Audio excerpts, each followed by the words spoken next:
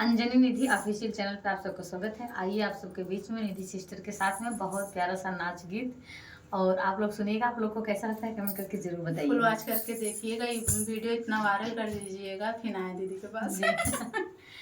हाँ चलो। हम बानी में बीए पास हो या ना पढ़ मिल गई बीबी। हम बानी में बीए पास हो अनपढ़ मिल गई बीबी। हम बानी में बीए पास हो अनपढ़ मिल गई बीबी। मांगी जब एकरा से खाए के रोटी, मांगी जब एकरा से खाए के रोटी, लेके थी मावेली हमरा के टोपी, लेके थी मावेली हमरा के टोपी। भैल मोरे साथे बघात हो अनपढ़ मिल गई बीबी।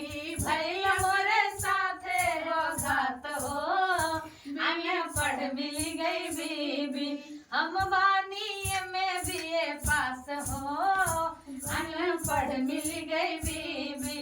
हम बानी में बीए पास हो अनपढ़ मिल गई बीबी। मांगी जब एकरा से खाए, मांगी जब एकरा से पहने के टाई, मांगी जब एकरा से पहने के टाई, लइके थी मावेली हमके चटाई, लइके थी मावेली हमके चटाई। फूट गईल किस्मत हमार हो अनपढ़ मिल गई बीबी। फूट गई किस्मत हमार हो अनपढ़ मिल गई बीबी।